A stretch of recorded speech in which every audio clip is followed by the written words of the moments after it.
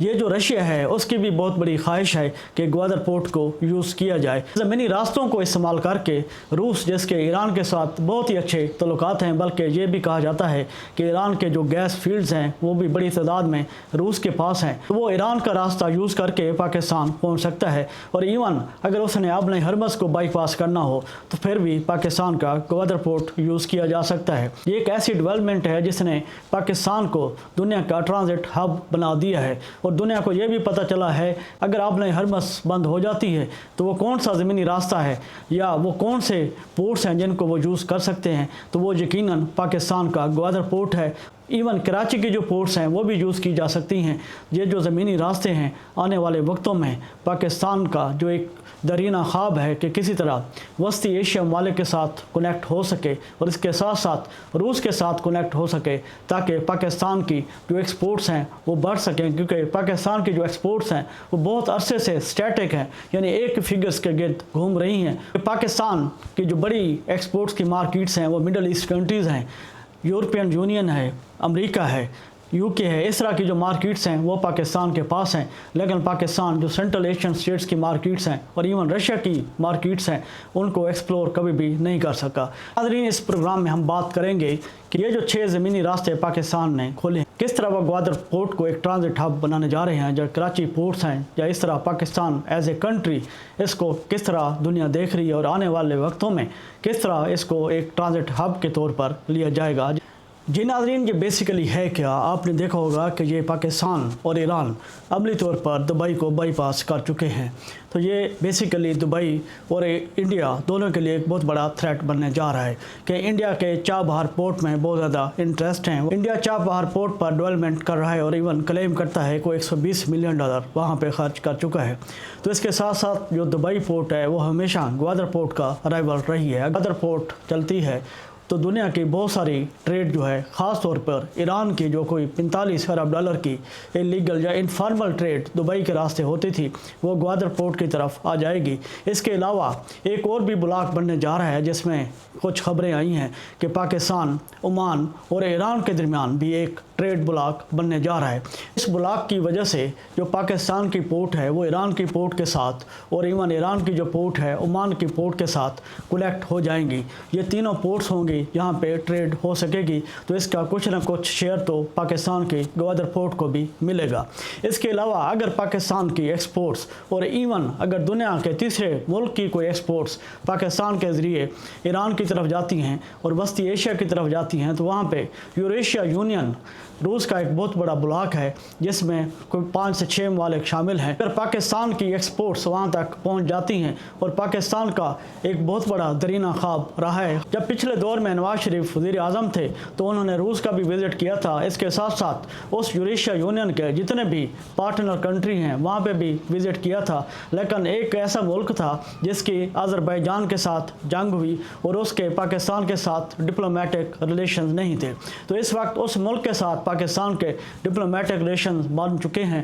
پاکستان کو middle asset countries کے علاوہ ایک اور بلاک بھی ملنے والا ہے جس کا نام ہے یوریشیا یونین۔ اب یوریشیا یونین کے ساتھ اگر پاکستان کا معاہدہ ہو جاتا ہے تو یوں سمجھ لیں اگر پاکستان کی ایشیا وہاں تک پہنچتی ہیں، کسی بھی ملک میں داخل ہوتی ہیں تو اس پر 1 ٹائم ٹیکس ہوگا، تو اس کے بعد یوں سمجھ لیں کہ پاکستان کا جو گوادر پورٹ ہے وہ فلی طور پر فنکشنل ہو جائے گا۔ آپ کو پتہ ہے کہ روس کی بہت زیادہ تجارت ہے، اور آپ کو یہ بھی پتہ ہوگا کہ روس کے امریکہ کے ساتھ اور دیگر کنٹریز کے ساتھ ریلیشنز اچھے نہیں ہیں، اور اس کی سچویشن بھی ایران جیسی ہے، وہ بھی اب یوکرین کے ساتھ جنگ میں ہے، ایران امریکہ کے ساتھ جنگ میں ہے،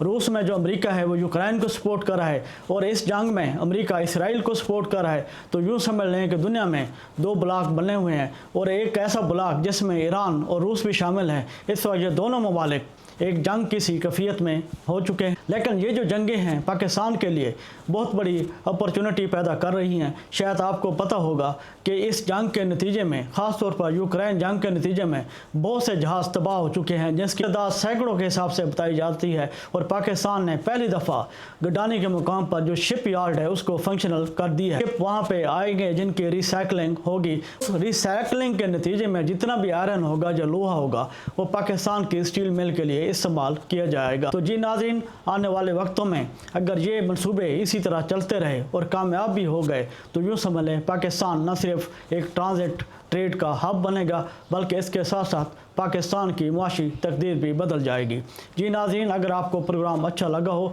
آپ کمنٹ کریں، لائک کریں اور شیئر کریں۔